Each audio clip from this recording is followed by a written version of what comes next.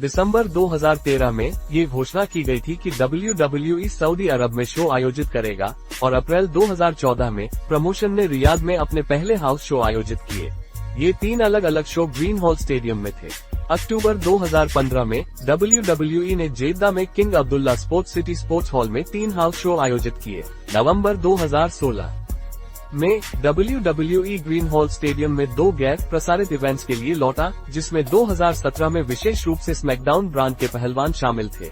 5 मार्च 2018 को WWE और Saudi general sports authority, जिसे 2020 में खेल मंत्रालय का नाम दिया गया, ने 27 अप्रैल 2018 को जेद्दा में किंग अब्दुल्ला इंटरनेशनल स्टेडियम में ग्रेटेस्ट रॉयल रंबल आयोजित करने की घोषणा की। इस इवेंट को सऊदी विजन 2030 देश के सामाजिक और आर्थिक सुधार कार्यक्रम के समर्थन में WWE और सऊदी जनरल स्पोर्ट्स अथॉरिटी के बीच 10 साल की रणनीतिक मल्टी प्लेटफॉर्म साझेदारी के पहले के रूप में घोषित किया गया था।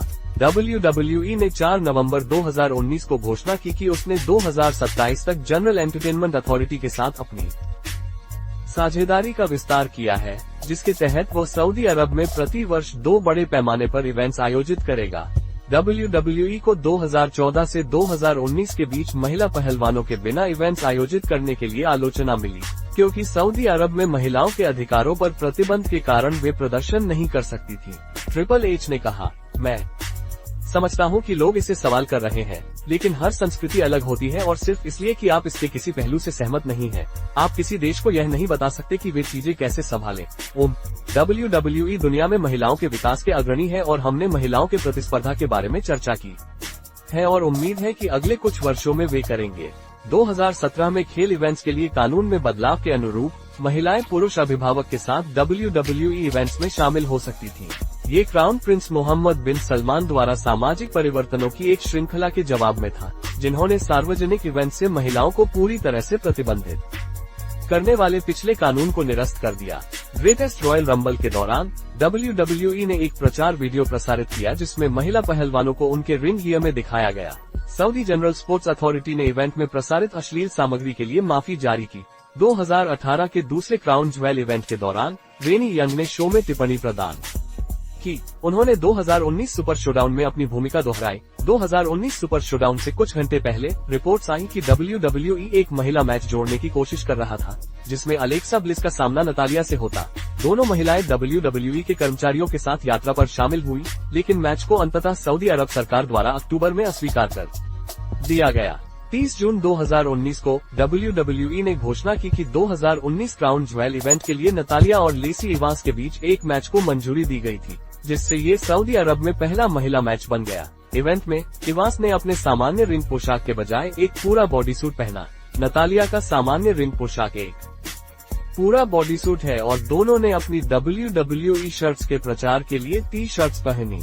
देश की रूढ़िवादी ड्रेस नीति के कारण WWE ने इस मैच को ऐतिहासिक रूप से मनाया, जिसे उन्होंने बाद में WWE वर्ष के अंत पुरस्कार के लिए वर्ष के क्षण के लिए नामांकित किया, जिसमें WWE CBO स्टेफनी मैकमहन ने एक साक्षात्कार में कहा, आप या तो साइडलाइंस पर बैठ सकते हैं और बहुत सारी कंपनियां और ब्रांड ऐसा करने का निर्णय लेते हैं, या आप परिवर्तन को लागू करने का हिस्सा बन सकते हैं। आप प्रगति का हिस्सा बन सकते हैं। कोई भी सार्थक चीज कभी आसान नहीं होती, इसमें समय लगता है, इसमें दृढ़ता लगती है। अब हम यहाँ हैं सऊदी अरब में पहले महिला मैच के साथ, ये काफी दिमाग उड़ाने वाला है। 2018 के क्राउन ज्वेल संस्करण से 1 महीने पहले सऊदी अरब को जमाल खशोगी की हत्या के कारण सऊदी एजेंटों के हाथों काफी नकारात्मक प्रेस मिली। इससे WWE को इवेंट रद्द करने के लिए कॉल्स का सामना करना पड़ा, जिसमें प्रमुख युवा डेमोक्रेटिक और रिपब्लिकन राजनेताओं ने सऊदी अरब में कंपनी के प्रयासों की आलोचना की। प्रश्न उठे कि क्या लिंडा मैकमहन, जो WWE के चेयरमैन विंस मैकमहन की पत्नी है और खुद एक पूर्व WWE कार्यकारी हैं, के छोटे व्यवसाय प्रशासन के प्रशासक के पद के कारण सऊदी अरब में WWE के प्रयासों को अभी भी एक सख्ती से निजी व्यापार उद्यम के रूप में देखा जा सकता है। इस कारण से डेमोक्रेटिक सेनेटर बॉब मेनेंडेज ने अमेरिकी सरकार से WWE पर इवेंट रद्द करने के लिए दबाव डालने का आग्रह किया, जबकि रिपब्लिकन लिंडसे ग्राहम अन्य लोगों के साथ ने WWE से सऊदी साम्राज्य के साथ अपने व्यापारिक सौदे पर पुनर्विचार करने का आह्वान किया। WWE ने शो को बढ़ावा देना जारी रखा, लेकिन 19 अक्टूबर को इवेंट के स्थान के रूप में सऊदी अरब के सभी संदर्भों को हटा दिया, जिस दिन टिकट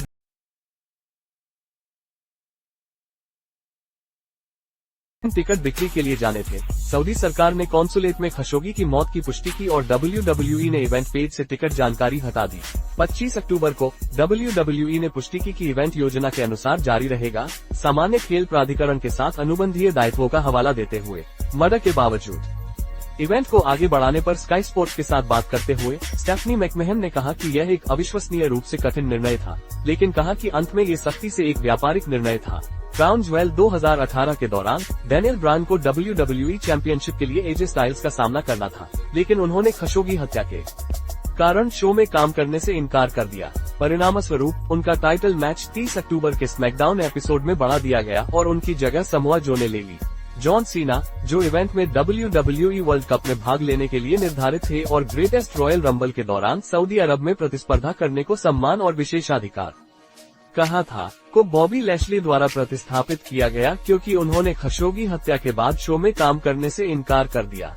रोमन रेंज ने विंस मैकमहन को सूचित किया था कि वह भी क्राउन ज्वेल PPV में भाग नहीं लेंगे क्योंकि इवेंट के आसपास के विवाद के कारण मई 2023 में सऊदी अरब सीरिया संबंधों की पुनः स्थापना के बाद जैन और ओवेंस को उस महीने के अंत में जेद्दा में नाइट ऑफ चैंपियंस में प्रदर्शन करने के लिए निर्धारित किया गया था।